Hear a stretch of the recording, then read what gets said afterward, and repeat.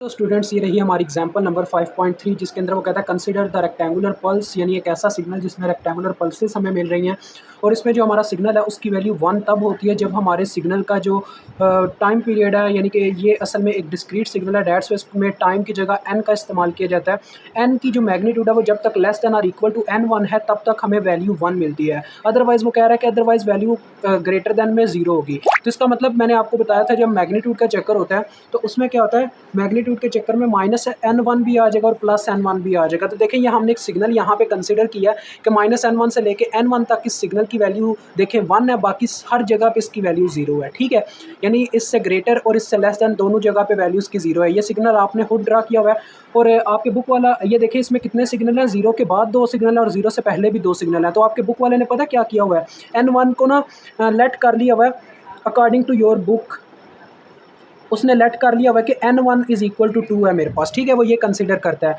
लेकिन हम इसको इस्तेमाल नहीं करेंगे। हम पहले जनरल फॉर्म बनाएंगे, देन इसका आपको सिग्नल ड्रा करने के लिए जस्ट इसको कंसीडर करना पड़ा है। वो ये कहना चाह रहा है असल में आपसे बुक वाला कि आपको क्वेश्चन किस तरह से दिया जा सकता है पेपर में। ठीक है, तो अब देखिए वो कहता है फाइंड कीजिए discrete time फॉरियर transform of this signal, यानी हमने सिग्नल का डिस्क्रीट फॉरियर ट्रांसफॉर्म फाइंड आउट करना। तो चले आए करते हैं स्टार्ट अपना काम।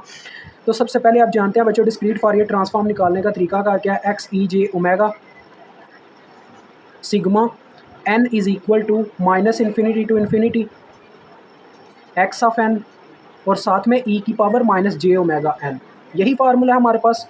तो चले आए इसमें पुटिंग करना स्टार्ट करते हैं। सबसे पहले आप देख सकते हैं कि हमें बताया गया एक्स ऑफ n की वैल्यू सिर्फ 1 होती है -n1 से n1 तक, तो लिहाजा यहाँ पे -इन्फिनिटी से इन्फिनिटी तक का जो टाइम पीरियड है वो क्लोज हो जाएगा इस पीरियड में, यानी कि उसका जो लिमिट है वो इसमें आ जाएगा, -n1 से n1 तक आ जाएगा। तो ये आ जाएगा कुछ इस तरीके से, ये देखें sigma n is equal to -n1 से n1, क्योंकि सिर्फ इस टाइम पीरियड में एक्स एन की वैल्यू 1 है, बाकी सारे टाइम पीरियड्स में इसकी वैल्यू हमारे पास 0 है, तो लिहाजा बाकी सारी लिमिट्स कैंसिल आउट हो गई, सिर्फ इतनी लिमिट हमारे पास रह गई। ठीक हो गया, ओके हो गया ना, समझ गए हो ना। अब पता क्या है, अब सिग्मा को मैं ओवरऑल इसको ओपन तो कर नहीं सकता। अब देखें ना, अब मैं सिग्मा की वैल्यूज़ अगर पुट करने बैठ गया तो पता नहीं कौन कौन सी वैल्यू पुट करूँगा, ये कहाँ तक होगा मुझे ये नहीं पता, क्योंकि ये एक जनरल फॉर्म है n1 और n। तो इसको अगर मैं इस तरह से करूं, देखें जैसा कि आप जानते हैं वो जो क्लोज लूप फंक्शन का फार्मूला मैंने आपको बताया था, जिन बच्चों को याद है उनके लिए तो बेनिफिशियल होगा कि होता क्या है। मैं आपको यहाँ पे लिख के दिखाता हूँ। ये हमारे पास क्लोज लूप फंक्शन का फार्मूला है कि अगर फॉर एग्जांपल हमारे पास गिवन है कि n is equal to n1 से n2 है, ये कुछ भी हो सकता है, n1 से n2 कुछ भी हो सकता है, इन दोनों की जगह अल्फ़ा की पावर n है, तो अगर इसके ऊपर क्लोज लूप फार्मूला लगाना हो तो वो ये होता है अल्फ़ा n1 यहाँ पे पहले आता है, फिर सेंटर में माइनस अल्फ़ा n2 प्लस 1, यानी फाइनल लिमिट में +1 कर देते हैं और बटे में 1 माइनस अल्फ़ा, यानी बगैर पावर के इसको लिखते हैं। तो यही यहाँ पे होने वाला है। अब देखो असल में n को पहले अलहदा करना होगा, फिर हमें पता चलेगा n यानी किस चीज़ के ऊपर है। वहाँ पे अल्फ़ा के ऊपर n था ना, यहाँ पे e की पावर -j ओमेगा के ऊपर n है। तो अब मैं अप्लाई करूँ तो क्या आ जाएगा, ये देखो e की पावर -j ओमेगा होल की पावर आ जाएगी -n1। ठीक है, यानी ये नीचे वाली, फिर सेंटर में माइनस e की पावर -j ओमेगा और होल की पावर क्या आ जाएगी, ये यहाँ पे n2 की जगह n1 है, पॉजिटिव n1, तो पॉजिटिव n1 क्या दे देगा n1, यानी n2 प्लस 1 की जगह आ जाएगा n1 प्लस 1। ठीक हो गया, और बटे में हमारे पास क्या आ जाएगा 1 माइनस ई की पावर -j ओमेगा। ओके हो गया, ठीक हो गया, समझ गए हो। अब लास्ट में आपका आंसर जो है ना वो साइन की फॉर्म में, ज़्यादातर जितने भी आपने क्वेश्चन किया साइन की फॉर्म में चला जाता होता है। और आपको ये चीज़ मैंने बताई हुई है, जो साइन थीटा होता है वो असल में किसके बराबर होता है, ये भी एक आइडेंटिटी है ट्रिग्नोमेट्रिक की, वो असल में हमारे पास बराबर होता है ई की power j theta minus e की पावर -j थीटा और बटे में होता है हमारे पास 2j, ये फार्मूला होता है। तो अब ये फॉर्म बनाने के लिए हम यहाँ पे कुछ चेंजेस वगैरह करेंगे जो आपको समझ में आएंगे। तो पहले मैं इनके साथ छेड़ाछाड़ी करता हूँ, फिर आपको समझ आएगी। देखें पहले तो इनको ज़रा सही करें। देखें माइनस अंदर ज़रब होगा तो ये सिर्फ रह जाएगा e की पावर j ओमेगा n1, ऐसे आ जाएगा। ठीक है, और यहाँ पे अगर बात करूँ तो यहाँ पे अगर हम गौर करते हैं, यहाँ पे हम अभी तो कुछ भी नहीं कर सकते, क्योंकि ये इसके साथ अगर मल्टीप्लाई होने लगा तो अलग-अलग करने में वो मतलब कि आप थोड़ा ना कंफ्यूज हो जाओगे।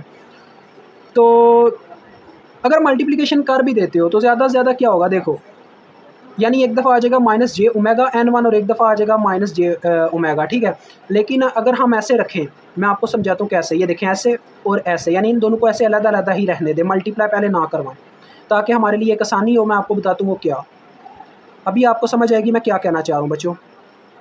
ये चीज़ आ गई, ठीक है। अब देखिए इन दोनों टर्म्स को सेम करने के लिए मतलब इस तरह से अगर मुझे साइन का फार्मूला बनाना है, ऊपर भी साइन बनेगा नीचे भी साइन बनेगा इस क्वेश्चन में, तो इन दोनों को सेम करने के लिए मैं पता है क्या कर सकता हूँ, यहाँ तो ई की पावर जे ओमेगा कॉमन ले लूँ, लेकिन उससे फ़र्क नहीं पड़ेगा। देखिए ज़्यादा से ज़्यादा क्या होगा, ई की पावर जे ओमेगा कॉमन लेने से यहाँ पे सिर्फ रह जाएगा ई की पावर n1 और यहाँ पे ई की पावर -n1 + 1 ऐसे रह जाएगा। ठीक है, फ़र्क नहीं पड़ेगा, कोई फ़ायदा ही नहीं होगा, क्योंकि जब तक इनका एंगल ये थीटा सेम नहीं होता जो जे के साथ टर्म्स हैं, तब तक हमारा काम नहीं बन सकता। तो ऐसी कंडीशन में जब मतलब आपका फार्मूला इस तरह से एक्सपोनेंशियल की फॉर्म में चल रहा हो, यानी आप एक्सपोनेंशियल को ऐसे एक्सपेंड करो, तो हमेशा पता है आपने क्या करना है, आपने जो आपका ओमेगा है उसका हाफ कॉमन लेना है, हाफ। ठीक है, हाफ कॉमन लेना है। और नेगेटिव साइन में कॉमन क्यों लेना है उसकी वजह मैं बताता हूँ, क्योंकि नेगेटिव साइन में अगर आप कॉमन लोगे, यानी देखो मैंने हाफ कॉमन लेना है ओमेगा का हाफ कॉमन लेना है, यानी कि ओमेगा/2 कॉमन लेना है, और साथ में जे भी कॉमन लेना है। ठीक है, तो जे भी साथ में कॉमन लेना है। अब साथ में आ जाएगा माइनस का साइन। ठीक है, माइनस का साइन इसलिए कह रहा हूँ क्योंकि जब मैं कॉमन लूँगा तो इधर बटे में डिवाइडिंग होगी सबके साथ, तो मुझे कॉमन भी उसी टर्म्स का लेना होगा। अब देखें फिर मेरे पास क्या आ जाएगा, यहाँ पे ज़रा गौर कीजिएगा। मैंने क्या किया, मैंने यही किया, ई की पावर -j ओमेगा कॉमन लिया, लेकिन हाफ टर्म दोनों बटे में से भी यही चीज़ कॉमन लूँगा, ऊपर भी यही चीज़ कॉमन लूँगा, तो देखिए अंदर मेरे पास क्या आ जाएगा, इससे एंगल सेम हो जाएगा। जब ऐसी कंडीशन होती है ना, मतलब आपने एक्सपोनेंशियल को इस तरह से एक्सपेंड किया होता है, तो तब आपको हाफ कॉमन लेना पड़ता है जे ओमेगा का। ठीक है, तो वो /2 से कॉमन होता है। अब देखो होगा क्या, सिंपल सी बात है, आपका ये वाला एक्सपोनेंशियल जो है जे ओमेगा n1, ये भी डिवाइड हो जाएगा ई की पावर -j ओमेगा/2 से। ठीक है, समझ रहे हो ना मेरी बात को।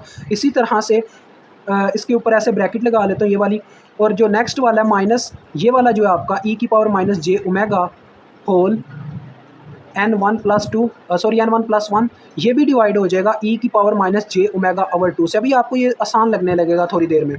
ये देखें, ये एक तरफ हो गया, और बटे वाली टर्म में भी आपने यही काम करना है, ई की पावर -j ओमेगा/2 कॉमन ले लेना। ठीक है, ताकि जो हम डिफरेंस ले रहे हैं वो कट ऑफ हो जाए, कट जाए आपस में, ये वाला ऐसे। ठीक है, और बटे में भी यही चीज़ कॉमन लेनी है, क्योंकि हम बटे में भी वही चीज़ बनाना चाह रहे हैं, लेकिन एक तरफ कांस्टेंट टर्म है, एक तरफ हमारे पास एक्सपोनेंशियल टर्म है, तो यहाँ पे भी आपको उस j ओमेगा का हाफ जो है वो कॉमन लेना होगा माइनस के साइन के साथ। ठीक है, तो देखें क्या होगा, 1 डिवाइडेड बाय आ जाएगा 1 डिवाइडेड बाय ई की power -j omega minus e की power -j omega divided by e की पावर -j ओमेगा/2। ठीक है, अब अगर आप कहीं इसको कहीं से भी सर्च करते हैं, अगर आपको इसका सोल्यूशन मिल भी जाता है, तो इस तरह से नहीं समझाया जाएगा जैसे मैं समझा रहा हूँ, ये बेसिक कंसेप्ट है। तो देखिए क्या आ जाएगा हमारे पास नेक्स्ट स्टेप में, x ई की पावर j ओमेगा। अब इतना तो आप समझ गए हैं, ये आपस में कैंसल आउट हो जाएंगे, सेम टर्म्स हैं, तो ये कैंसल आउट हो गई। और अब आपको पता है एक्सपोनेंशियल है, तो ये ऊपर आएगा, इसकी पावर प्लस में हो जाएगी, यानी ये साइन चेंज हो जाएगा, और दोनों की बेसिस सेम होने की वजह से पावरें आपस में ऐड हो जाएंगी, यानी ये आ जाएगा ई की power j omega n1 + j ओमेगा/2, यानी ऐसे पावरें ऐड हो जाएंगी। फिर सेंटर में माइनस है, यहाँ पे देखो इस तरफ क्या होता है, ई की पावर -j ओमेगा होल के साथ था n1 + 1, यहाँ पे भी यही काम हुआ। देखो ये बेसिस सेम होंगी, जब ऊपर आएगा ये प्लस में हो जाएगा, और बेसिस सेम होने की वजह से पावरें ऐड हो जाएगी, इसमें प्लस हो जाएगा j ओमेगा/2। ठीक है, ओके हो गया ना। अब देखें बटे में हमारे पास है, बटे में ये देखें, ये ऊपर आके टर्म सिंपल है, पॉजिटिव हो जाएगी, ई की पावर j ओमेगा/2 आ जाएगी, और इस तरफ क्या होगा, देखो इस तरफ ये होगा, ये टर्म जब ऊपर आएगी तो इसमें ऐड कर दी जाएगी -j ओमेगा में प्लस j ओमेगा/2। ठीक हो गया इस तरीके से। अब इसको हम सॉल्व करते हैं मज़ीद, तो अब जस्ट देखें, यहाँ पे j ओमेगा कॉमन आ रहा है। ठीक है, इन दोनों में e की पावर j ओमेगा कॉमन आ रहा है, j ओमेगा जब कॉमन लिया, अंदर क्या बचा, देखो यहाँ पे n1 बचा, यहाँ पे +1/2 बच जाएगा। अब देखिएगा दोनों तरफ एंगल सेम हो जाएंगे, मतलब इनका थीटा सेम हो जाएगा, जो हम चाहते थे सेम करना, ओमेगा इंटू दिस थीटा। ठीक है, ये पूरा थीटा, j एक अलहदा टर्म है, और इस तरफ e की पावर -j ओमेगा मैं कॉमन ले लूँगा। अंदर क्या रह जाएगा, देखो यहाँ पे इस -j ओमेगा इसमें से कॉमन लिया तो n1 + 1 रह गया। ठीक है, और जब इसमें से j ओमेगा कॉमन ले लिया गया तो ये रह गया +1/2।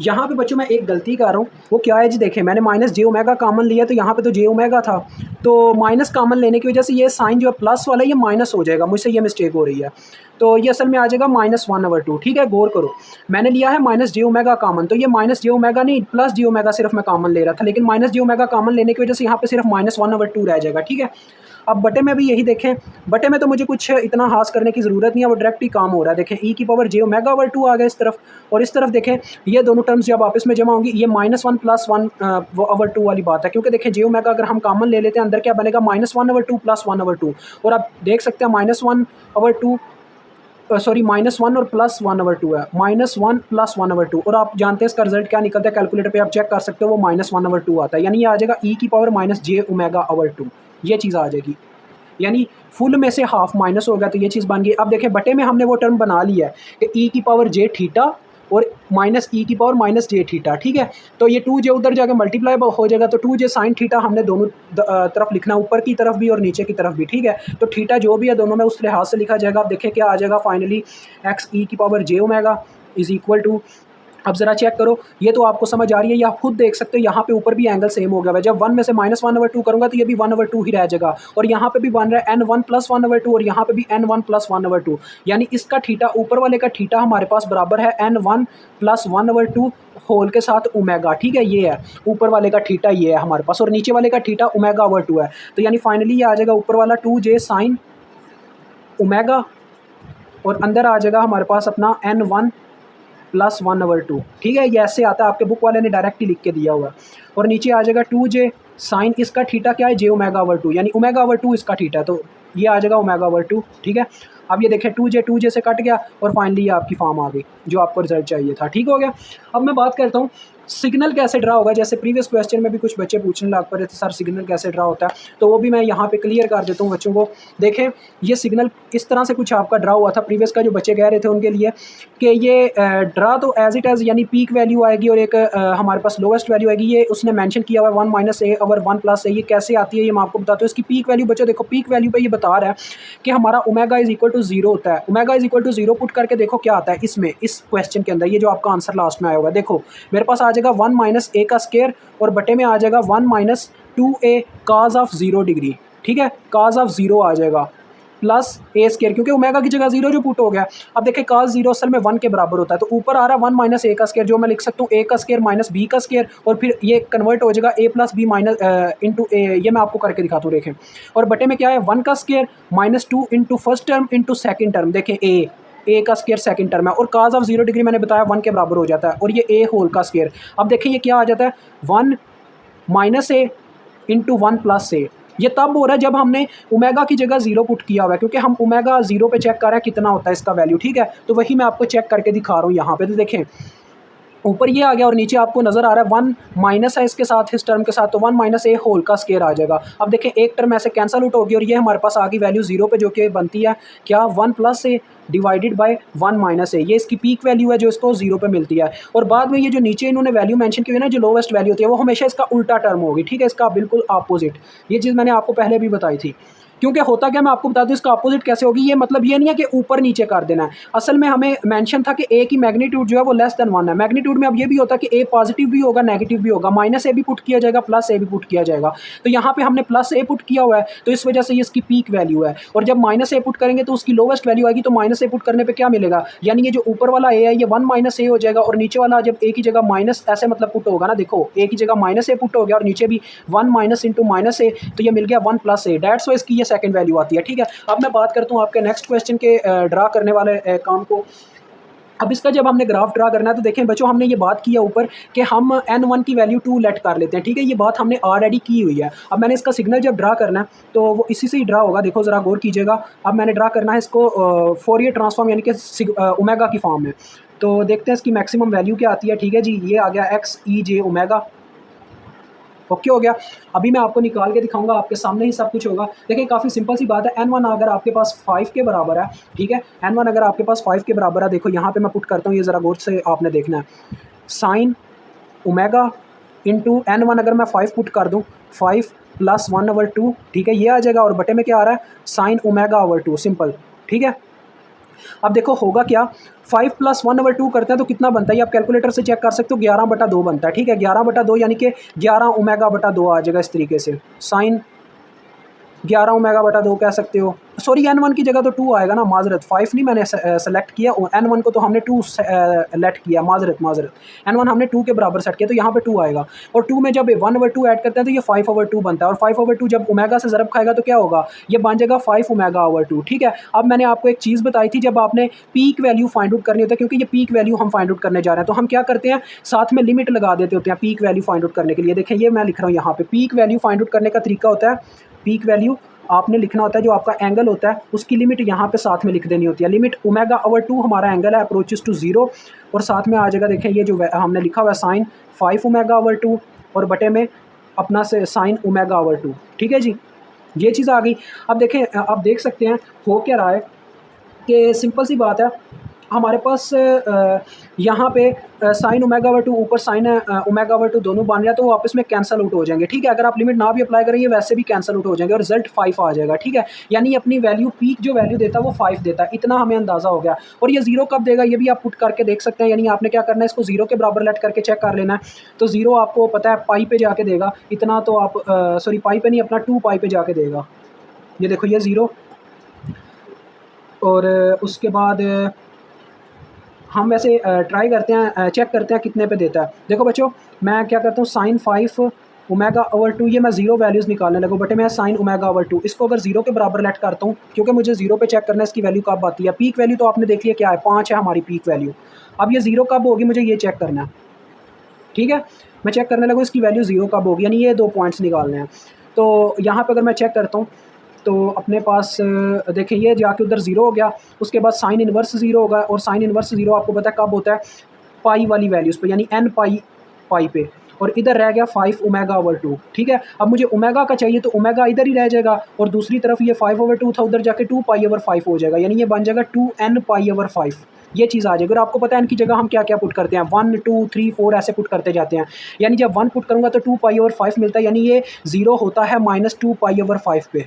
ठीक है, और 2 पाई/5 पे, और इसी तरह से ये फिर चलता जाता है आगे का सिग्नल ऐसे ही। पाई मेंशन कर दो, 2 पाई मेंशन कर दो। तो मुझे उम्मीद है यार आप समझ गए होंगे सारा चक्कर क्या है। ये यहाँ पे आपका ये क्वेश्चन ऐसे सॉल्व होता है।